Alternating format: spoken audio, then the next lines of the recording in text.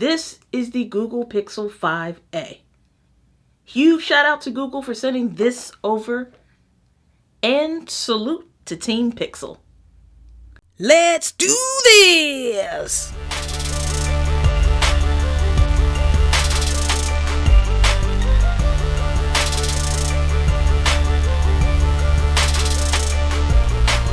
Spectacular gadgets.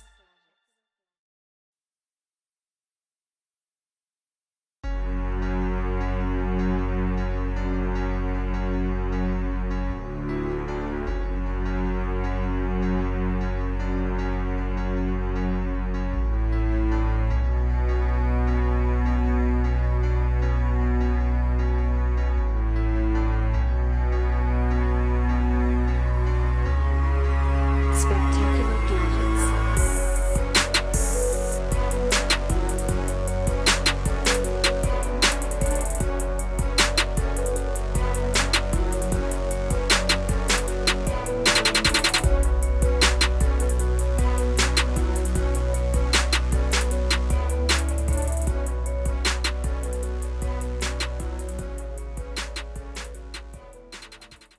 Let me tell you, for me, it's nothing more exciting than getting to unbox a cool gadget. This is the mostly black, looking more like forest green to me. Next to the Pixel 5, I can see the 5a is larger in size. Both camera squares look about the same. The 5a has a 16 megapixel ultra wide and a 12.2 megapixel dual pixel sensor. The front camera is 8 megapixels. The screen is 6.34 inch with a 20:9 aspect ratio. This is Full HD plus 1080p. We also get stereo speakers, one in the earpiece and one on the bottom right. Right here is a nice green colored texture power button, and underneath that is the up and down volume keys. The right side is the actual speaker, and then you have the Type-C port. On the left side, you have the SIM tray. There is no expandable storage. On the top, you have a headphone jack. Winning! Headphone jacks will always be a plus in my book.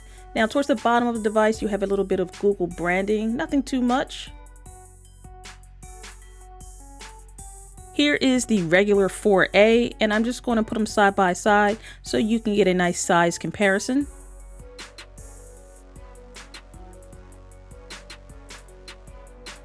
Let me go ahead and show you the SIM tray. Here it is. Again, there's no spot for a micro SD card. You can do an eSIM, by the way.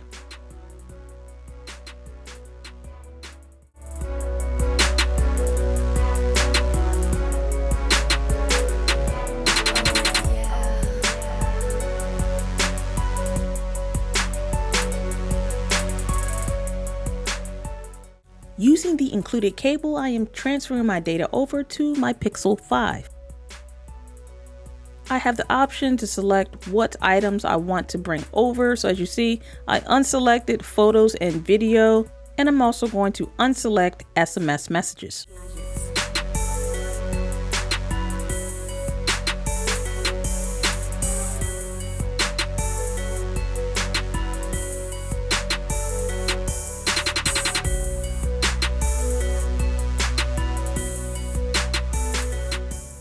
Let's talk about my first impressions of the Google Pixel 5a 5G. First thing, I love Pixels for the cameras. I love the portrait shots. I love night sight. I like the videos.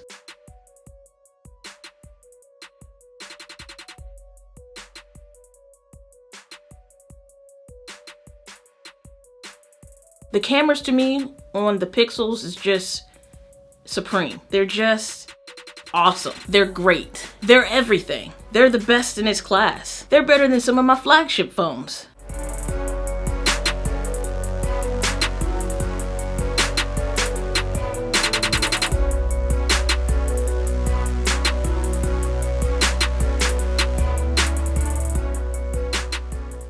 Pixels are great not only for the cameras, but also the Pixel exclusive features. You have Now Playing,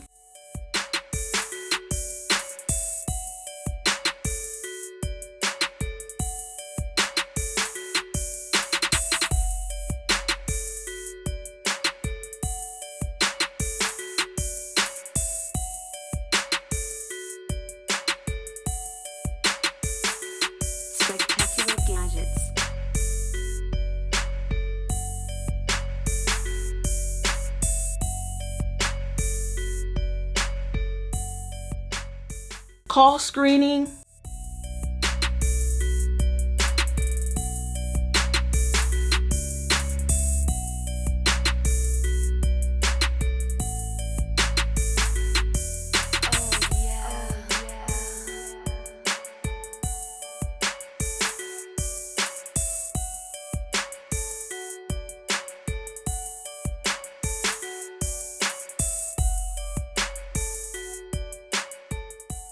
Hold for me.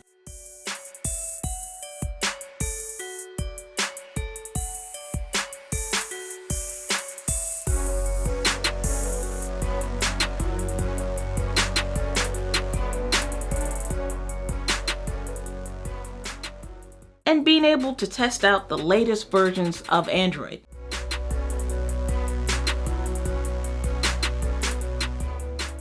Another thing I want to talk about is I actually do like the design of the Pixel 5a. It's simple, you don't have to baby this too much, and it actually still looks really good. As we keep talking about the design, I want to say the display is very nice.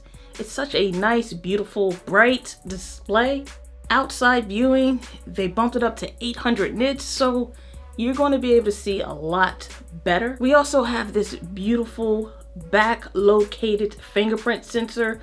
Works great. It's very quick and very reliable. Many people that watch me know I'm all about the headphone jack. The headphone jack is where it's at.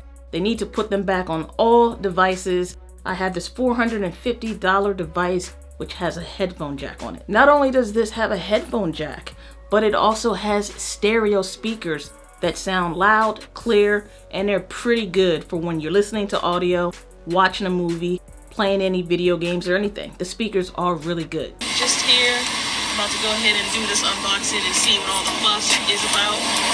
If this phone is lacking like so many people say that it is, see how well I like the cameras or whatever it is. But here it is right here. This is the Google Pixel 4 XL version. You know, last time I unboxed the Google Pixel 3a, and I actually really liked that phone. The phone was a hit when I was in Punta Cana. The portrait mode pictures and everything, people just fell in love with it. Hey everyone, it's Tay with Spectacular Gadgets, and as you see, I'm out here on the beach. I am vacationing in the Dominican Republic, and I just remembered that I still need to unbox the Pixel 3a. The 5a features a pretty large battery. The battery packed inside of here allows me to have full day use of this device without worrying about having to charge it. I'm talking about the battery in here is 4,680 milliampere hours. Wow. Now this one features water resistance, and that's something that the 4a did not. And yes, the people that purchased the 4a 5G, I don't see that they'll be extremely upset because that, from what I've heard, is a great device.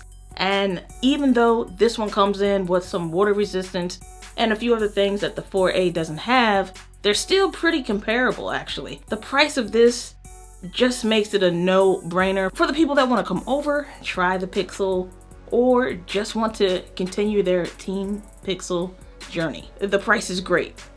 I mean, there's no denying it for what you're getting in this device. Really good price. As most of us know, there is no perfect device out there. So a few things that I noticed that I want to go ahead and explain to you is, yes, the cameras are my favorite. And yes, people have been experiencing heating issues when using video recording 4K 60 frames per second. And yes, I went ahead and did that test and experienced the same thing. But is this the first phone, or is it going to be the last phone to experience heating issues when recording at such high resolution and frame rates? No, I've had flagship devices kind of give me that prompt, say, hey, let the device cool down a bit before you continue. So when I did the test, I was actually inside the first time, and I did the test using 4K 60 frames per second. My air conditioning was on, so it was about 76 in the house, I believe. So I went ahead and just recorded in the house, and I believe I got to maybe almost 4 minutes, if not 4 minutes. Then I got the prompt. So then I tried it again recently, like a day or two later, but this time I was actually outside. I was in a car waiting for lunch. the temperature was 87 degrees. So what I wanted to do this time is I decided to record in 1080p, 60 frames per second, and I was able to continue without any issues. Yes, the phone did get warm, but I never got a prompt saying recording has to stop because the temperature is a bit hot or the device needs to cool down. Never got that with 1080p recording. So then I decided to switch the settings and put it over to 4K 60 frames per second. So when I tried to do that, it really wouldn't let me. The prompt came up saying the device needs to cool down first. So then what I did was I switched the settings back from 4K 60 to 1080p 60. I was actually able to record, but I did get a prompt saying you can record, but the quality might not be that good. But I was still able to record. So it's a 4K recording issue. I'm not too bothered with it because honestly, I typically record in 1080 when I'm using my smartphones. If it's a software update that they can do to push to the phone, I'm not really sure, but I did have to address that. Yes, it happens, but for me, it's not a big deal for my personal use. I'm coming from the Pixel 5, and with the Pixel 5, I don't have a headphone jack, but I do have wireless charging. And to be honest with you, I would take a headphone jack any day over wireless charging. And because the battery on this device just freaking lasts all day, I'm not really worried about wireless charging. I can go ahead and put a cable in, charge it up using the wire, and it's quick, charging is quick. And again, this battery lasts me all day. At the end of the day, my first impressions of the Google Pixel 5a, 5G are very positive. I actually really do enjoy using this device. And before it, I loved using the 5. And before that, I loved using the 4a. Before that, the 3a. But me, I am a Pixel person, especially when it comes to the photography part. All the other features and everything that a Pixel can do just makes it that much more appealing. Well, that about wraps it up for this video. I want to thank everyone for taking the time to chill with me as we go through this journey. And until next time, everyone, I want you all to have a spectacular day. Later.